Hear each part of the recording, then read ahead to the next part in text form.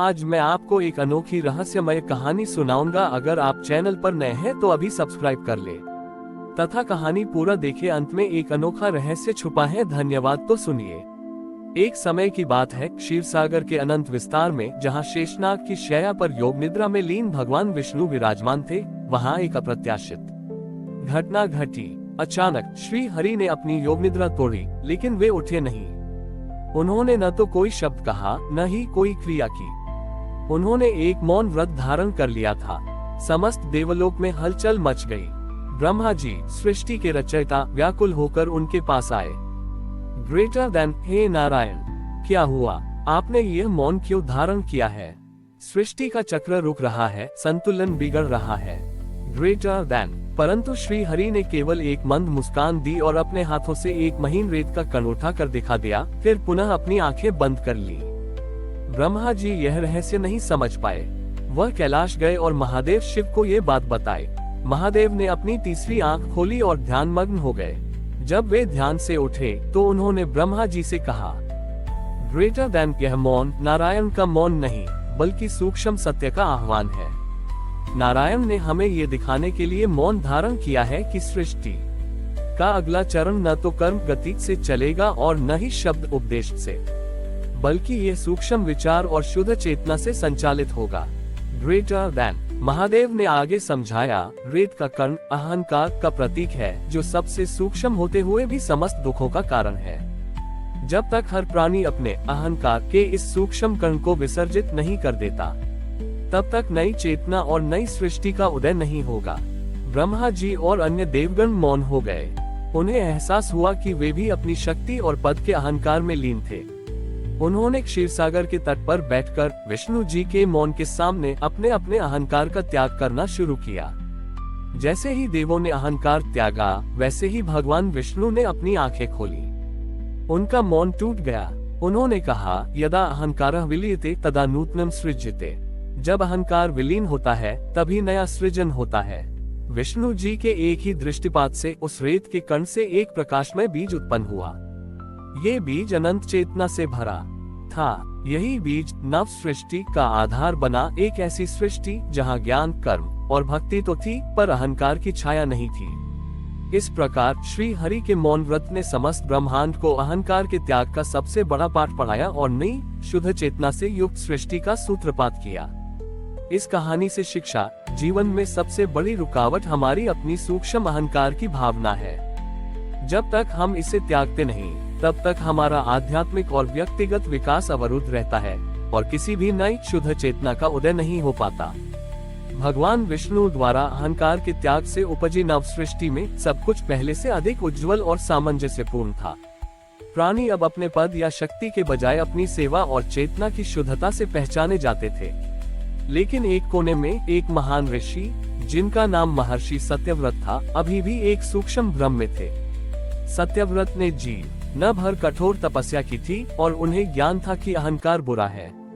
परंतु वह अपने मन में यह विचार पाल बैठे थे कि मैंने ही सबसे पहले अपने अहंकार का पूर्ण त्याग किया था, और यह विचार ही एक नया, अत्यंत सूक्ष्म त्याग का अहंकार बन चुका था। उन्होंने सोचा कि अहंकार रहित सृष्टि का मार्ग दिखाने के कारण उन्हें ही सबसे पहले नारायण का दर्शन होना चाहिए। सत्यव्रत क्षीरसागर की ओर चले। जब वह पहुंचे तो उन्होंने देखा कि भगवान विष्णु, जो अब भी उस दिव्य बीज की ऊर्जा को पोषित कर रहे थे, उनके पास बैठी हुई एक सामान्य स्त्री से बात कर रहे थे, जो पास के एक गांव से आई थी। सत्यव्रत क्रोधित हो उठे। उन्होंने कहा, ग्रेटर देन, हे प्रभु, मैं सत्यव्रत, आपका परम तपस्वी भक्त, जिसने वर्षों की तपस्या से अहंकार को त्यागा, और आप एक सामान्य गृहस्थ स्त्री के साथ वार्ता कर रहे हैं। क्या यही आपकी नवसृष्टि का न्याय है? Greater than. विष्णु जी ने उस स्त्री को आशीर्वाद दिया और वह शांत भाव से चली गई। तब नारायण ने सत्यव्रत की ओर देखा और मंद मुस्कान के साथ कहा, ग्रेटर देन ऋषिवर, आपने अहंकार का त्याग किया, ये सत्य है, लेकिन आपने उसे त्यागने का श्रेय अपने पास रख लिया। यह आपका त्याग का अहंकार है। आपने मेरी दृष्टि में शुद्धता और अपदस्थता का महत्व नहीं समझा। Greater than. विष्णु जी ने आगे कहा, वह स्त्री जिसने अभी अभी मुझसे बात की, उसका नाम निर्लिपा है। उसने न तो तपस्या की, न कोई ग्रंथ पढ़ा और न ही किसी अहंकार को त्यागने का प्रयास किया। वह तो जन्म से ही निर्लेप अछूती है। वह बस अपना कर्म करती है, न फल की चिंता करती है, न ही उस कर्म के कर्तृत्व करने वाले होने का भाव रखती है। ग्रेटर देन वह यहाँ केवल इसलिए आई थी क्योंकि उसके घर के दीपक का तेल समाप्त हो गया था और उसने सूर्य से प्रार्थना की थी कि वह उसे कुछ देर और रोशनी दे दे ताकि वह अपना कार्य पूरा कर सके। उसने मुझसे सीधे प्रकाश मांगा, किसी मध्यस्थता या पुरस्कार की इच्छा नहीं रखी। उसका मन उस रेत के कण से भी अधिक शून्य और शुद्ध है क्योंकि उसने कभी उसे भरा ही नहीं। ग्रेटर देन ये सुनकर सत्यव्रत की आंखें खुल गईं। उन्हें ज्ञात हुआ कि अहंकार को त्यागने का भाव भी स्वयं में एक बंधन है, जबकि निर्लिप्तता डिटैचमेंट की असली मुक्ति है। उन्होंने अपना माथा नारायण के चरणों में रख दिया और नम्रतापूर्वक क्षमा मांगी। नारायण ने उन्हें उठाया और कहा, ग्रेटर देन हे सत्यव्रत, इस नवसृष्टि का मूल मंत्र है अहंकार से लड़ो मत, बस निर्लेप हो जाओ। अब जाओ और अपने ज्ञान को निर्लेपता के प्रकाश से प्रज्वलित करो।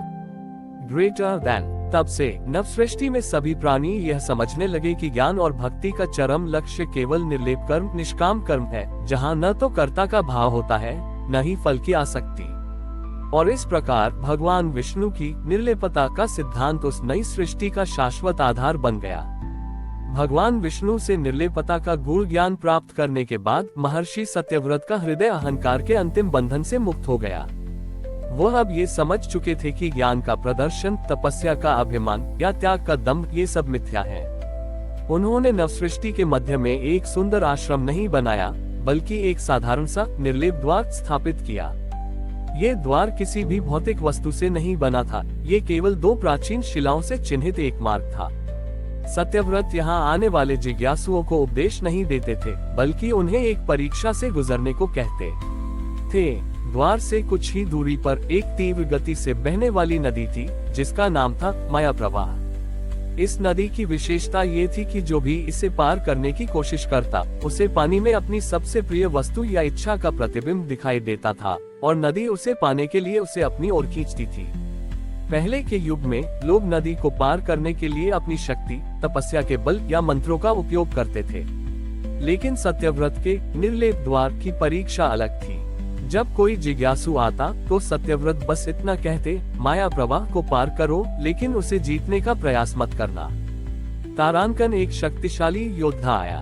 उसे नदी में अपने महान साम्राज्य का प्रतिबिंब दिखा। वह चिल्लाया, मैं इसे जीतूंगा।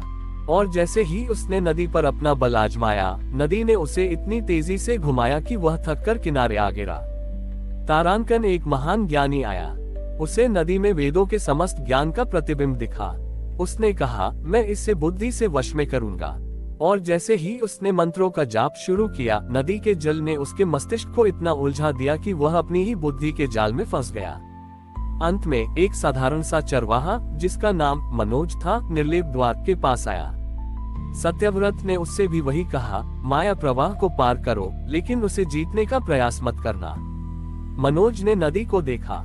उसे पानी में अपनी पुरानी टूटी हुई बांसुरी का प्रतिबिंब दिखा, जिससे वह बहुत प्रेम करता था।